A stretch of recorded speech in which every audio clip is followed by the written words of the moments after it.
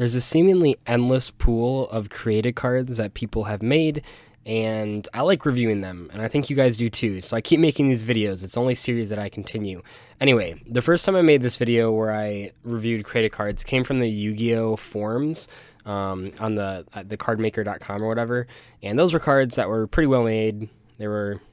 They mostly made sense, too. They were just really overpowered. The second time, I got them from a Facebook post that someone tagged me in, a subscriber, and that was like, they were way overpowered and sort of badly written. These ones are a new low because all of these ones were just taken off of Google Images when I just typed in custom Yu-Gi-Oh card. And boy, there are some funny things out there if you Google custom Yu-Gi-Oh cards. But anyway, I have some cards I want to look at that people made, and they're pretty funny, so let's get started. The first one is Red Eye's Ultimate Dragon. Now, on the surface, this just looks like a bad created card because it has 50,000 attack points. I guess they missed the memo on like how many is too many. I mean, because it's like, does something like really need more than 10,000 attack points? Not really, because like at that point you can just kill whatever. And like, even beyond that, let's say you give something like 15,000 attack points, pretty much whatever you kill in battle will just like one-shot your opponent. But it's like 50,000 attack points, do you really need that? But the more nitpicky reason that I included this was because if you look carefully at the fusion materials, it takes 3 Red Eye's Black Dragon, and I don't know if you know this, but there are no cards called Red Eye's Black Dragon. There is Red Eye's B Dragon, but that is not what this requires. So whoever made this, the ultimate Red Eye's Black Dragon fan, did not realize that the actual name of that card is Red Eye's B Dragon, so you can't even summon this. So I don't know. I hope his friend sharked him on that when he printed it out and played it at school. Anyway, the next card is Godzilla. So this artwork's pretty cool. It's definitely not like something that the guy drew. It's probably from a movie or something. But anyway, this card is a divine beast with 9,999 attack and defense. And once again, I don't know why it needs to be that much because like that's like it doesn't like why can't you just put like 9,000 or 10,000? It's whatever. Anyway, its effect is this monster gains 500 attack and defense for every mutant / dragon / divine beast that is on the field or in each player's graveyard. So basically, it's sort of like a Buster Blader, but for dragons and divine beasts and whatever mutants are. You know, it's weird when you like introduce a type into your cards, like mutant, and then like you don't make any mutant cards. You know what I'm saying? Where this was like a standalone card that I found. This guy didn't make like a whole mutant archetype or anything. So like he's just assuming that he's gonna play against people that created mutant cards. I don't know. It's whatever. But I just thought this was funny because it's like he gives the card an absurd amount of attack points, and then its effect is like gaining increments of 500 attack points. It's like, why? Like you would think someone that would put almost 10,000 attack points for something would make its attack increase by like something crazy, like 2,000 or 3,000 for every monster. But most importantly, I mean, you'd never increase your attack anyway, but it's not like you need to. It's, I don't know, cards like these, they make me question who actually makes the created cards, because like no one that's like played this game would like practically make this card, because like I mean, I know that for people that don't play competitively, like big attack points are what they want to see, but it's like, wouldn't you give it like some cool effect or some ridiculous effect where it's like unaffected by everything or literally anything besides like, oh, 10,000 attack? Not enough. It needs 500 more. It was just whatever.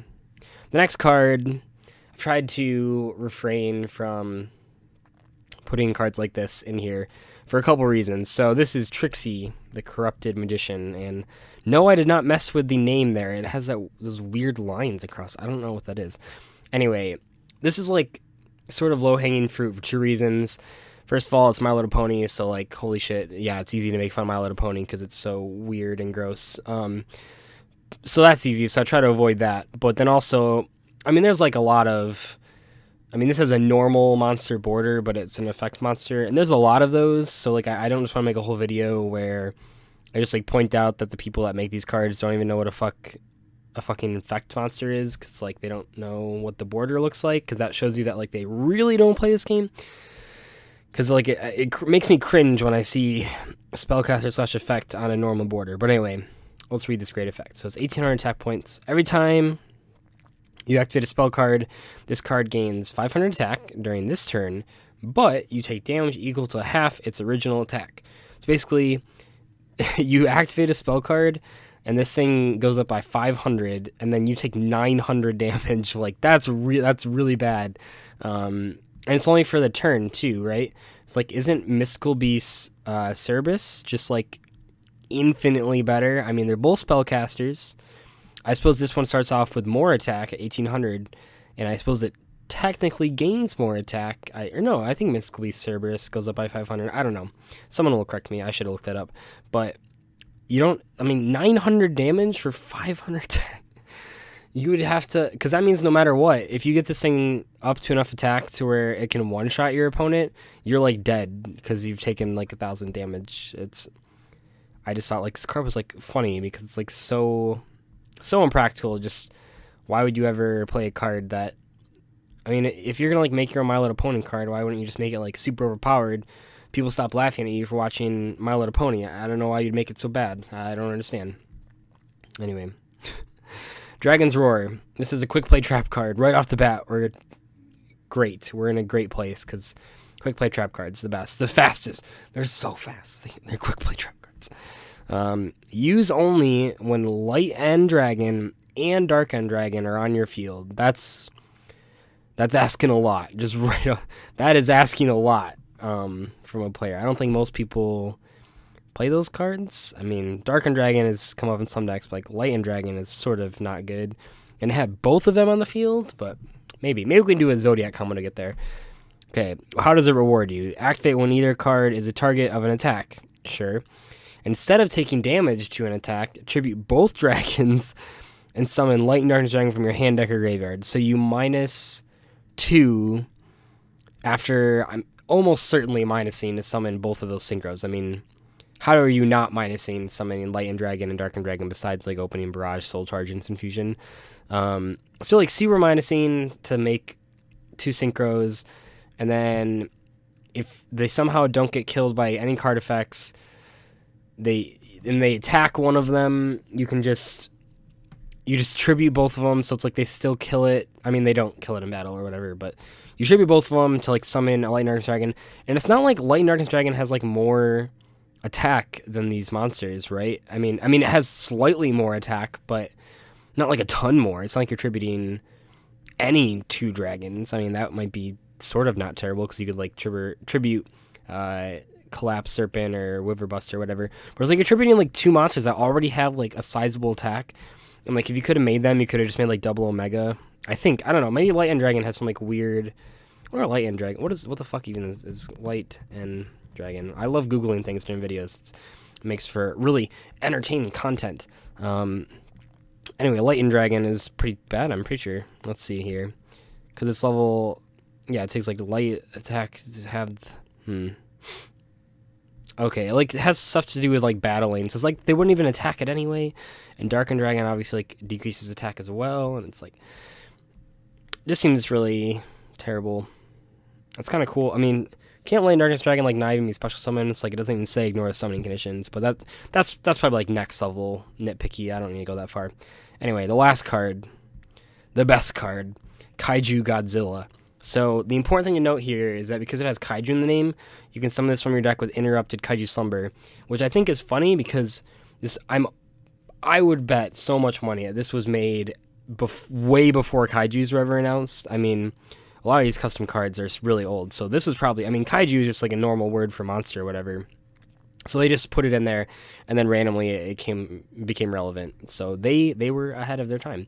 Anyway, dinosaur effect. I don't know why it's a water. It shouldn't be a fire. Whatever. If your opponent controls no cards except defense position cards, this card can attack your opponent directly. Sorry, I'm like stuttering through that. So it's like literally just Black Triano, right? Isn't that what the card does? Like almost word for word, except not worded so badly. Why would you just play worse Black Tyranno? Well, you can summon it with Interrupted Kaiju Slumber, and it has more attack points. But the artwork's cool. Once again, I don't know. That's probably official artwork from somewhere that he stole. I don't think he drew it. But yeah, just in case you were like about to play Black Tyranno and something, and you were like, man, it just isn't quite good enough. Well, now you have Kaiju Godzilla to make up for that. Anyway, hopefully you guys enjoyed this review of some custom cards I found. If you have any suggestions for this series, feel free to put them in the comment section below. And like always, I say you can certainly send me your custom cards, but like they're not guaranteed to get reviewed. And I've already gotten a lot of submissions, but usually I think the problem so far is that people are sending me like 20. I mean, if you've watched this series so far, I only review like 5 or 6 cards. I don't send me like 20 cards. Like that's just crazy. But you can still send me cards if you want to, just not 20. I don't have the time to read that. Someone posted like 30 to me, and that's like thank you. I'm sure they're great, but after reading like 3, I just wanted to kill myself, so I just didn't do that. And yeah, I will see you guys later. Bye.